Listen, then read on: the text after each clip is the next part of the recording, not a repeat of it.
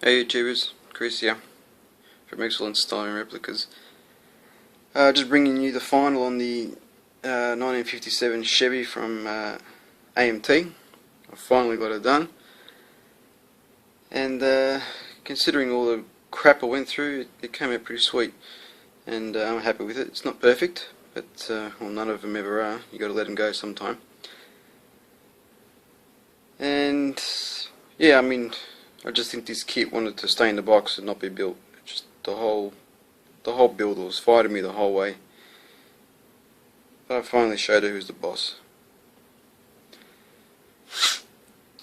I mean, even the foiling gave me such grief. I mean, granted, it's the first time I actually used foil tape instead of the bare metal foil, and it probably takes a bit of getting used to because it's a little bit thicker and it's stickier. So yeah, there was a lot of new words created and yeah, a lot of frustration. But anyway, all in all, I think it came out good. And the only, I mean, when it's on the shelf, you really can't really see all the problems with it anyway, but the only thing you can see is the different colour of the trunk. And I've run out of this nail polish paint to fix that up, and I'm not even sure how that happened because it was all painted at the same time, so I'm guessing just a little bit heavier coat or something on that particular piece. But yeah, anyway, let me show you around. I sanded off both the Chevy badges from the hood and the trunk, and I replaced them with these scripts, or Hooly-Danders, or whatever you want to call them.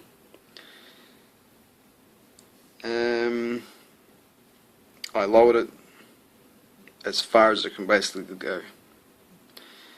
The kit basically comes with, you can either build it stock or as a drag, and they are the stock tyres with custom wheels, custom rims.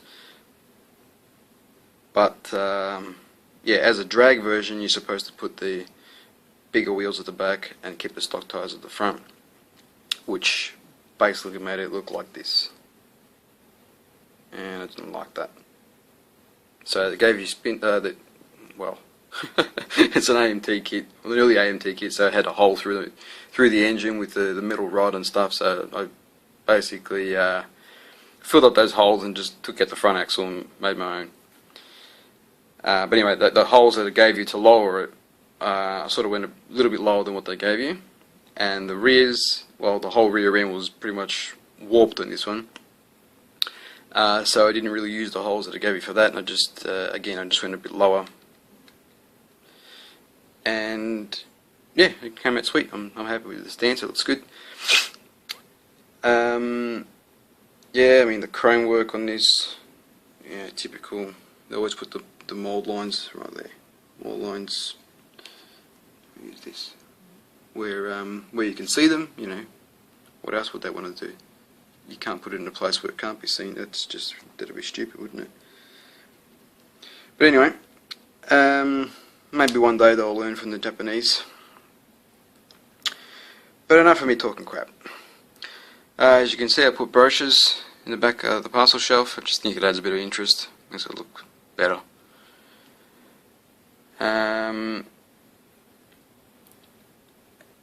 As you know, I've opened up the doors.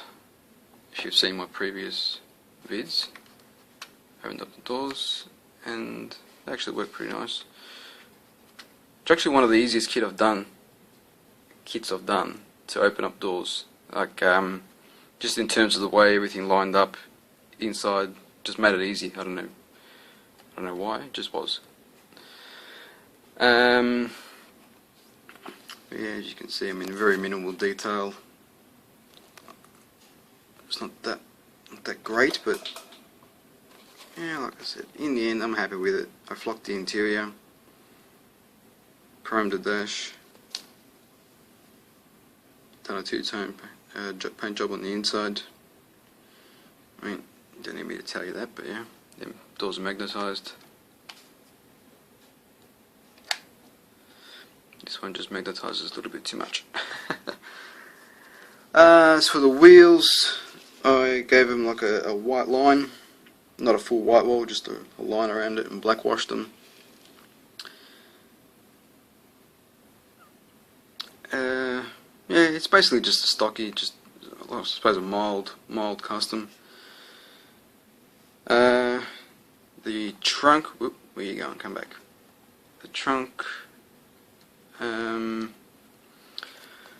I've done a bit of work in here. I've started with the top. I put the amp on there and a couple of decals that I made, and you can see that sort of clear area which will be backlit.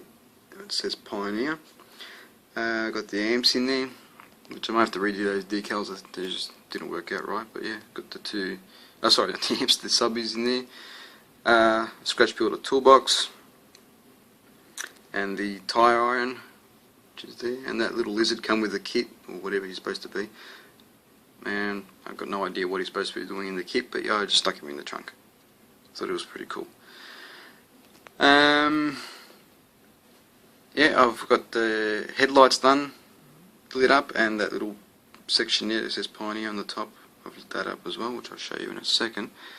Actually, another little pet peeve that I didn't like is, if you notice, right here, see that gap?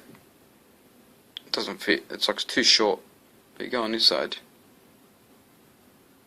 and it's flush. So I don't know what's going on there. I mean, even in here, yeah, if you look at the fit of that, it's huge. Even that there. But I suppose, granted, the original car probably wouldn't have been that good anyway in terms of fit. But anyway, like I said, enough of me complaining. Well, here's a switch in here actually for the lights. So I'll show you with the lights off, but as you can see, that's backlit, and the center of the amp lights up as well. Yeah, I've got a little bit of a light leak going on, but I can fix that. It's not an issue. And there's the front lights. Done. Like I said, I'll turn the lights off and show you in the dark. Yeah, the other thing is the hood. Under the hood. There's a lot of scratch building in here, but I'll try to show you what I can. As you probably saw in the previous video, I mentioned that I've didn't use the 283 that come with it. I put the 409 in there, but that was a drag. It came as a drag version, which had a blower and everything. So I used the block and the valve covers for it, and the intake, the carbs,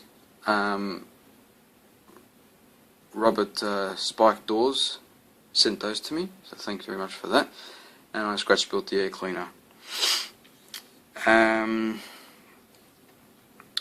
also, I mean, as you can see, I've done the wiring, but I think I showed you that before, and it's got the correct firing order, which this thing doesn't want to focus now. Anyway, alright, we've got the Optima battery wired up. This wire that goes down goes to the starter motor, and you got this one that goes behind the firewall, and also to the MSD box, which goes over to the coil, from the MSD into the distributor, and I'm hoping that's all correct. There's the master cylinder, which I've wired up also, and we've got a wiring loom going across the inner fender. I made a decal for the top of the radiator, and the radiator cap is just a watch part, and also the overflow pipe there. Oh, there we go. Now it's focused. Alright, we've got the radiator hose, the heater hoses, go back to the firewall, and we've got the fuel. Well, the fuel lines actually didn't make it come up, but I've got the linkages there, and the linkage it goes back into the firewall. What else we got? I think that's it. Oh, I put in a vinyl fan belt.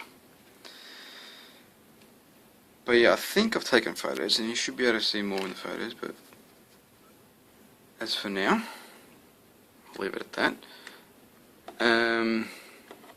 Show you underneath. I've got the fuel and brake lines going. And yeah, I painted the engine the body colour. Painted the mufflers like cherry bombs, glass back mufflers, probably a little bit too big for them, but it's all moulded in detail, so I couldn't really do much with that. I wound wire around the shockers. I think I've mentioned that before anyway. And there's a gas tank with a watch part.